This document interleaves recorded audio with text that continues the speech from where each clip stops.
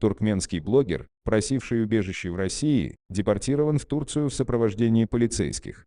В аэропорту Шереметьево на него надели наручники и сообщили, что отказ в предоставлении статуса беженца он может обжаловать позднее.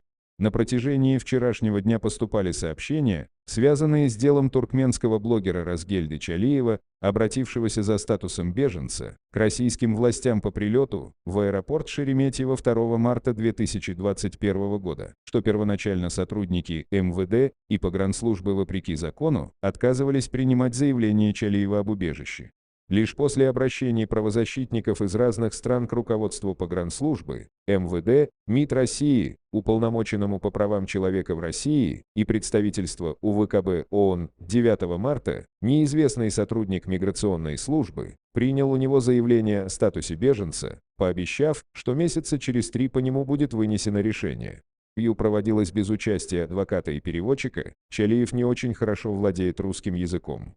Вчера Чалиев сообщил, что с утра рядом с ним находятся сотрудники МВД, которые на его вопросы ответили: «Ждем решения по вам». Около часа дня блогеру вручили уведомление за подписью Шулепова об отказе в рассмотрении по существу ходатайства о признании беженцем, датированное 22 марта. В документе отмечалось, что отказ может быть обжалован в течение месяца. Однако спустя 5 минут блогер записал видео, что его ведут в самолет, вылетающий в Стамбул. Дальнейшие детали событий стали известны лишь после прилета Чалиева в Турцию.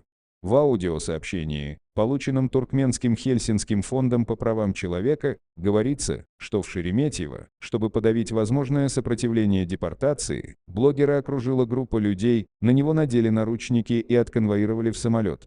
Весь рейс он провел в наручниках, полицейские до Стамбула летели вместе с ним. В Турции после общения с командированными российскими силовиками местные пограничники заявили, что не могут пропустить блогера через границу, так как у него нет справки о результатах анализа на COVID.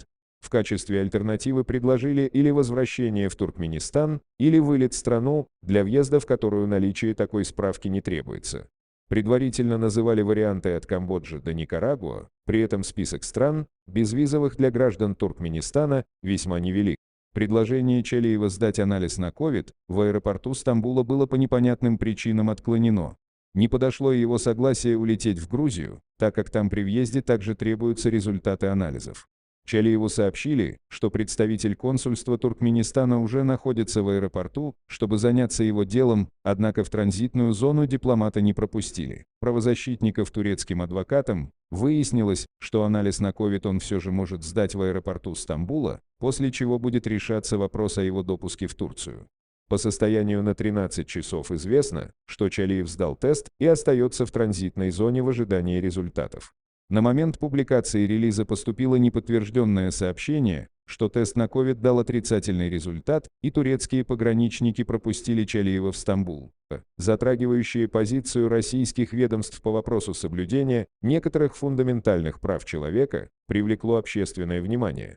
По сообщениям хроники Туркменистана, 21 марта известные мастера смешанных боевых искусств Забит Магомед-Шарипов и Магомед Исмаилов из Дагестана и Карачаева-Черкесии приехали в аэропорт поддержать туркменского активиста. Пограничники, полицейские и сотрудники аэропорта подходили к спортсменам, чтобы с ними сфотографироваться и взять автографы. Примером другой позиции стали действия Максата Сапармурадова, бывшего сотрудника спецслужб, известного в качестве основателя общества русско-туркменской дружбы «Соотечественник», связанного с посольством Туркменистана. На прошлой неделе Сапармурадов связался с мемориалом, сообщив, что поедет в аэропорт, чтобы помочь Чалиеву. Однако, как следует из его недавнего видеообращения, 18 марта пограничники убедили его, что Чалиев находится в благоприятных условиях, его обслуживанием якобы занимается Аэрофлот, поэтому вместо помощи просителю убежища Сапармурадов написал на него заявление в полицию. Стоит отметить в этой связи, что на протяжении 3 недель нахождения Чалиева в Шереметьево все российские госструктуры, в том числе ответственные за работу с беженцами, отказывались принимать какое-либо участие в решении вопросов его питания, ночлега, доступа к свежему воздуху и другие. В целом, дело Чалиева стало предметом активного обсуждения в туркменском сегменте интернета.